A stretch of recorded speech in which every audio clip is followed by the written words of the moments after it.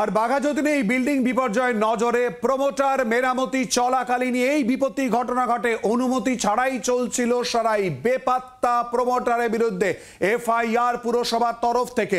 ভবিষ্যৎ নিয়ে দিশেহারা বাসিন্দারা। ইতিমধ্যে এই প্রমোটারের বিরুদ্ধে এফআইআর করা হয়েছে পুরসভার তরফ থেকে। আরো জানবো এই নিয়ে কথা বলে সরাসরি আমাদের প্রতিনিধি শ্রেয়সী গঙ্গোপাধ্যায়ের সঙ্গে। শ্রেয়সী, প্রমোটার কথা এই ঘটনা জানাজানি হওয়ার পর থেকে প্রমোটারের ফোন সুইচ অফ, বিশেষ কোনো তথ্য কি উঠে আসছে?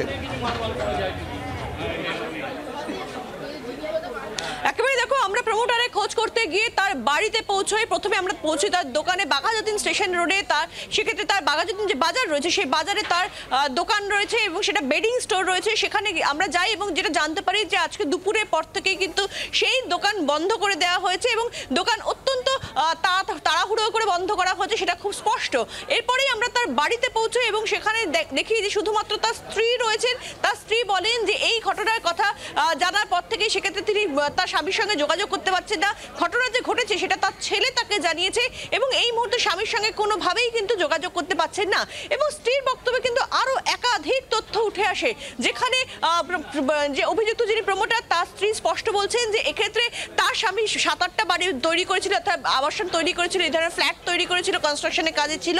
কিন্তু সেই জায়গা থেকে বলছেন যে এক্ষেত্রে কোনোভাবেই কিন্তু পরবর্তীকালে তিনি কনস্ট্রাকশনের যে বিজনেস সেই বিজনেস ছেড়ে দেন। নানান ঝক্কি ঝামেলা ছিল এবং এক্ষেত্রে ওই যেখানে এই কনস্ট্রাকশনটা হয়েছিল সেই জায়গাতে জমিটা ঠিকঠাক ছিল না, অর্থাৎ কনস্ট্রাকশনের জন্য ঠিকঠাক ছিল না, সেটা নাকি তারা পরে বুঝতে পেরেছিলেন, অর্থাৎ তার স্বামী সেটা পরে বুঝতে পেরেছিলেন। এবং তারপরে যখন বাড়িটা হেলা শুরু করেছিল তখন থেকেই নাকি কিভাবে বাড়িটাকে ঠিক করা যায় সেই বিষয় নিয়ে তিনি কথা বলছিলেন।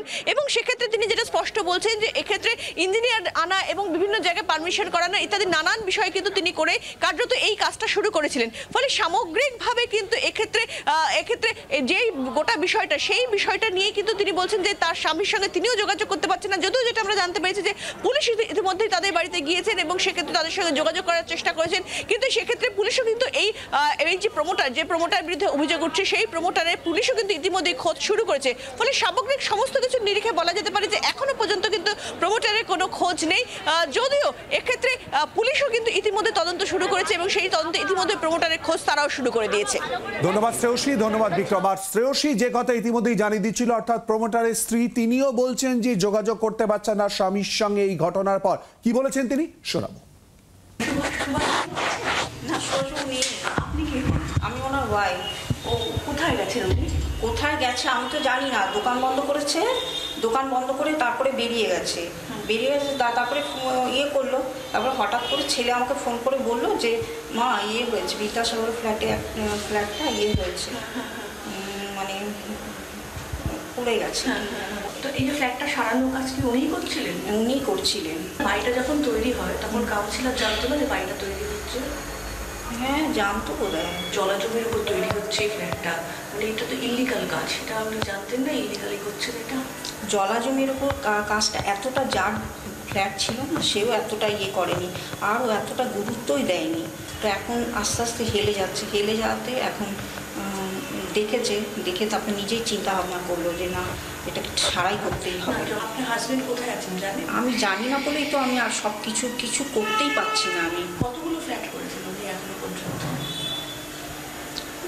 ওটা 7-8টা মনে হয় করেছে। তারপর ছেড়ে দিলেন কেন? না, ও আসলে বয়সও হচ্ছে তো পারে না। আর আমার ভীষণ টেনশন লাগতো যে ফ্ল্যাট প্রমোটিংয়ের ব্যাপারটা না আমি খুব একটা কোনোদিনও পছন্দ করতাম না। তারপরে ওই যার জন্য আমি খুব বকে ওকে ছাড়িয়ে দিয়েছি। বাংলার আওয়াজ, বাঙালির আবেগ, জি 24 ঘন্টা।